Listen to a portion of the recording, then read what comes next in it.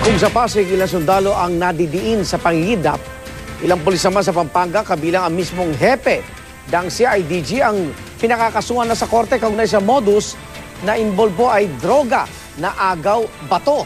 Saksi si Ian Cruz. Bago pa man mahuli ang hepe ng Pampanga CIDG na si Chief Inspector Benvenido Reydado at 6 na civilian agents, nauna nang inireklamo sina Senior Inspector Joven de Guzman na hepe ng Provincial Anti-Illegal Drugs Operation Task Group ng Pampanga dahil din sa kasong illegal na droga. Sangkot din ang 12 pulis Pampanga sa kaso. Lahat sila naka-preventive suspension. Kaya ang sinisilip ngayon ng Central Zone PNP ang koneksyon ng grupo ni Reydado at de Guzman. Tila may alyansa raw ang grupo ng mga nasuspending pulis sa grupo ni Reydado. Itong ibang mga PNCOs na kabilang dito ay meron din koneksyon doon sa grupo ni Reydado. So pareho kaya marahil sila ng Steven? Maaring ito'y nagko-coordinate at maaring nagsusuportahan ng bawat isa.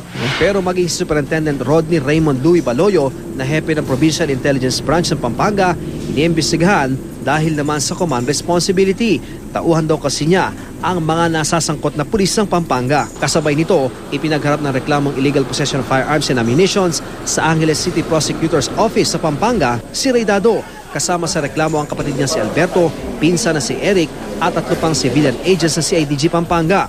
Sa resolusyong inilabas ng piskal na humawak sa inquest, kinakitaan ng probable cause ang reklamong illegal possession of firearms laban sa mga suspect na inaresto dahil sa pagbebenta ng mga nahuli nilang droga. Dahil nga sa kanilang modus, ang tinawag sa kanila, agaw batugang.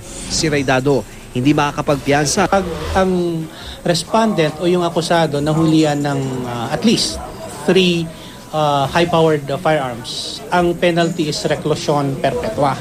So non-bailable na yan. Ayon sa CIDG, taong 2007, dati nang nasangkot sa reklamang may kaugnayan sa illegal na droga si Reydado pero na-dismiss. Nakabalik lang daw sa serbisyo si Reydado at natalaga pa si CIDG. August 2013, natalaga sa Pampanga si Reydado at agad nag-operate ng mga kaso ng droga kahit walang pahintulot sa CIDG. May nagbalita sa amin na he's into gambling. Siya. He's into gambling. Tapos yung lifestyle din niya, excessive din, yung pag nag-good time, talagang big time din. Ipaghaharap na rin ang kasong administratibo si Reydado na maaari niyang ikatanggal sa serbisyo. Tumanggi na ang CIDG na ipakausap sa amin si Reydado at kanyang mga tauhan, kaya bigo kaming makuhanan sila ng pahayag sa mga aligasyon. Ako si Ian Cruz, ang inyong saksi.